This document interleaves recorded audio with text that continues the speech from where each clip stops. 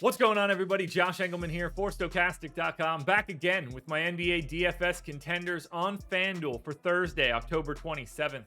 Now be sure to hit that like button, subscribe to the channel, and hit the notification bell so you know when everything goes live. Follow me on Twitter, @Josh Engleman, the only place you'll get updates to my sim results as we get closer to lock. Let me know in the comment section who are your favorite plays for today's slate. And finally, I got to give a shout out to BetMGM, presenting sponsor of this video. There is a link in the description.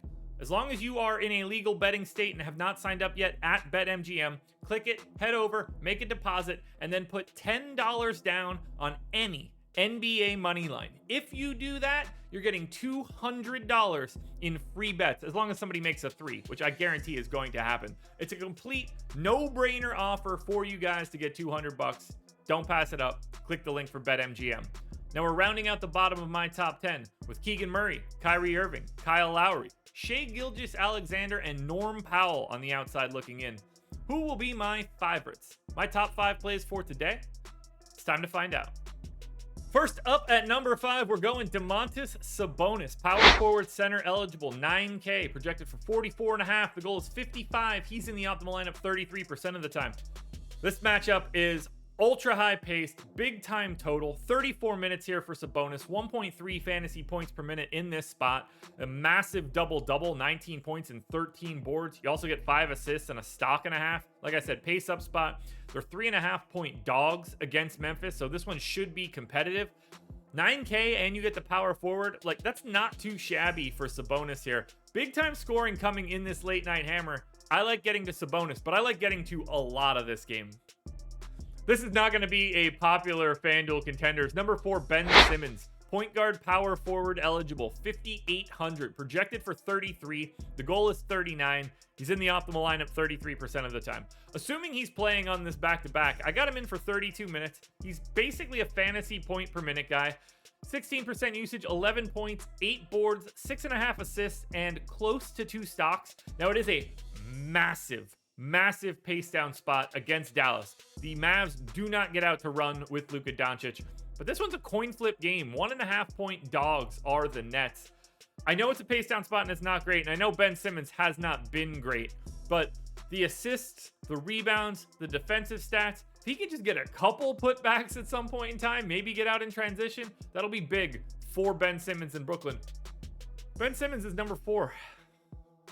Next up at number 3, sort of the opposite of Ben Simmons, that's Jimmy Butler. Small forward, power forward eligible, 8,100. Projected for 43. The goal is 50. He's in the optimal lineup 37% of the time. You guys know what we're doing here with Jimmy Butler, particularly in a matchup with the Warriors where you expect him to just be out there. 36 minutes, 1.2 fantasy points per minute. Massive pace up spot for the Heat. They gained 4 possessions just by facing Golden State. 25% usage this season for Jimmy Butler. 22 points, 7.5 boards, almost 5 assists, 2 stocks. They are pretty sizable underdogs. 7.5 points. That's honestly more than I would have been expecting. But at the same time, home court for Golden State and a Heat team that's probably not as good as they were last year. That's not going to stop me from getting to Jimmy Butler or more Miami Heat guys. I don't know if he's going to play tonight, but I want to go to him if he does. Paul George in at number 2, shooting guard, small forward eligible, 9K, projected for 48. The goal is 55. He's in the optimal lineup 37% of the time. He missed the last game against the Thunder, non-COVID illness. I'm just going to assume that he's healthy now or healthier.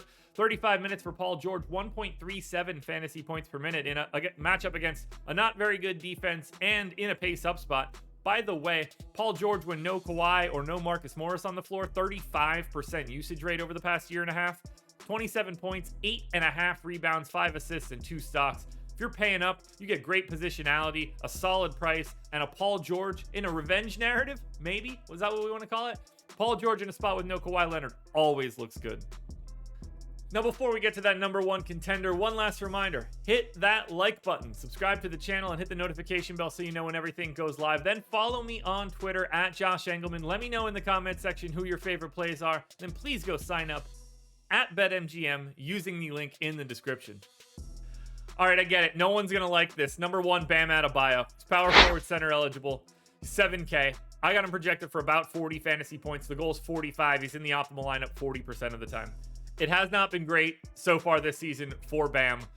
He's Bam Adebayo. He's a borderline all-NBA guy. I expect him to get right. I'm not going to overreact. 7K price tag is just too cheap, especially when he has the power forward eligibility. I gave him 33 minutes. It's a matchup against Golden State where you need him out there. 1.15 fantasy points per minute. 18 points, 11 boards. So we're going to get a double-double, I hope. 3 assists, 2 stocks. It has not been the best start for Bam. I know people aren't going to like this one, but we got to remember, we're not going to overreact to 3 or 4 games of Bam Adebayo in this season or what we know from playoffs past for Bam Adebayo. This dude's a monster. We've seen him be a monster in the regular season. I'm thinking tonight is the start of him being a monster.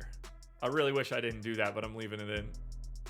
Alrighty, folks, that will do it. Those are my NBA DFS contenders on FanDuel for Thursday, October 27th. DraftKings version's around here somewhere, so check it out. Good luck tonight, everybody. Win some money. We're back again tomorrow morning for another edition of the Contenders.